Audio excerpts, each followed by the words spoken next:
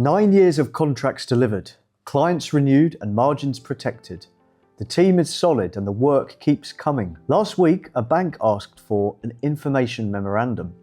Next month, there's a PE conversation about a minority stake. Both conversations go to governance first. And the governance story in your sector carries specific flags that examiners read before anything else. This video covers 4 sectors where governance scrutiny lands hardest and exactly what an examiner reads when they open a business like yours. Every sector carries governance flags. Healthcare, facilities management, contracting and infrastructure carry a set that examiners expect to find. Flag in the first hour and price into the deal before the commercial conversation has properly begun. I spent 16 years in those rooms across all 4 sectors: infrastructure funds in the Middle East, healthcare groups across the UAE, running across facilities management businesses, running large anchor contracts and contracting operations tied to government programs. The same sector-specific flags arrived in predictable forms across every conversation and every market. Founders in these sectors are sitting under specific external pressure today. PE and institutional capital is moving through all 4. Supply chains are being examined by institutional buyers. Equity and refinancing conversations are opening across infrastructure and contracting. An examiner walks into each one with a sector checklist already in hand. This video names what's in it. The first thing, healthcare. Healthcare governance scrutiny clusters around 3 areas: regulatory compliance, clinical governance, and related party arrangements. An examiner opening a healthcare business goes to all 3 in the first session.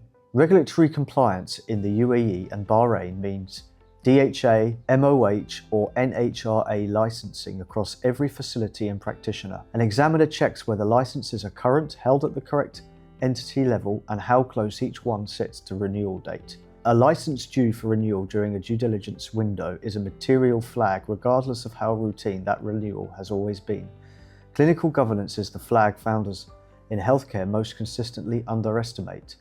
A PE fund examining a healthcare business reads clinical risk as operational risk. Complaints procedures, clinical audit records, and clinical outcome reviews all sit in the examiner's framework as governance evidence. Founders treat these as clinical tools. An examiner reads them as indicators of institutional stability.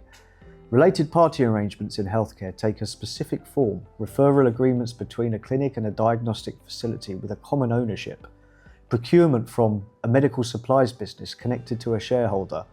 These appear consistently in GCC healthcare. Each one requires the 3-test standard: disclosed to the board, documented in a formal agreement, and defensible on an arm's length commercial terms. What to do?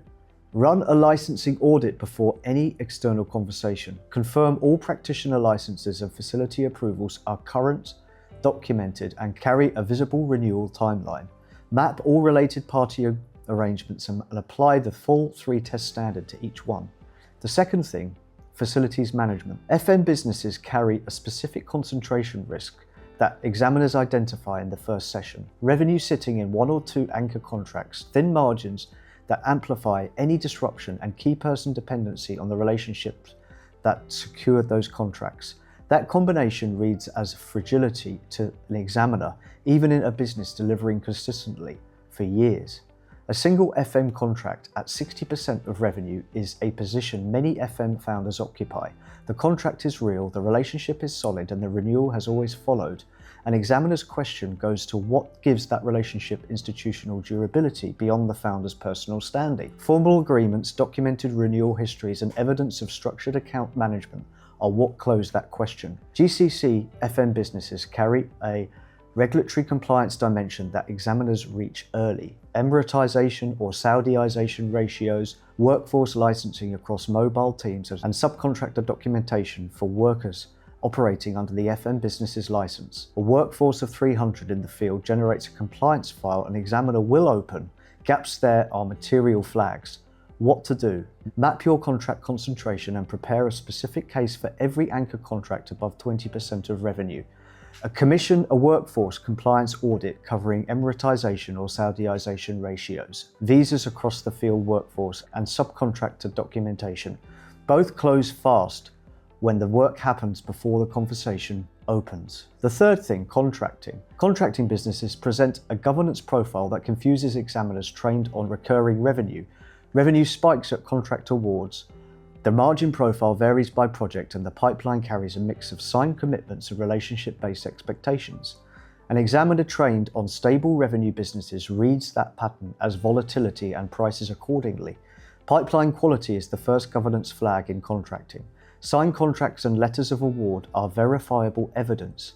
Verbal commitments and relationship-based pipeline expectations require documentation before an examiner can confirm their value independently. That verification gap becomes an uncertainty premium in the price. Related party arrangements in contracting take consistent forms: subcontractors connected to the founders or shareholders, equipment leased from a related party, procurement running through a business with common ownership. These appear frequently in GCC contracting, and each one requires the full disclosure documentation and arm's length commercial terms test.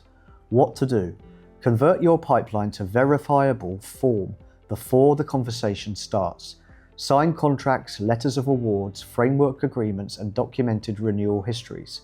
Map all subcontractor and supply relationships for related party connections. A contracting business that reads well in a due diligence has done that documentation work before the first question arrives. The fourth thing, infrastructure. Infrastructure businesses carry the most complex governance profile of the four. Long-term government contracts, asset-heavy balance sheets, related party arrangements built around equipment and financing, and key person relationships running directly to procurement authorities. An examiner opening an infrastructure business opens all of those simultaneously.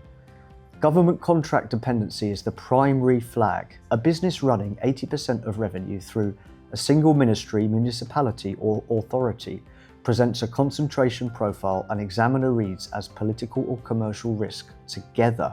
Contracts are real, relationships are solid, and renewal has consistently followed. An examiner's question goes to what sustained those contracts across a change of administration or a shift in procurement policy.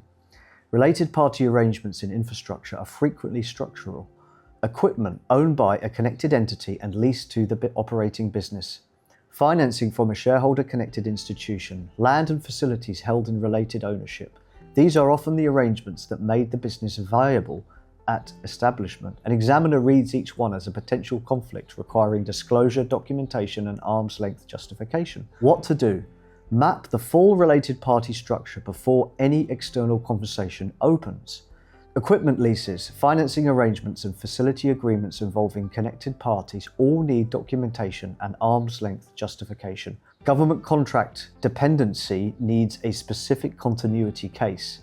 Documented renewal history, formal contract terms, and any framework agreements that evidence the durability of the relationship. One moment in particular, a regional PE fund was examining a UAE healthcare group.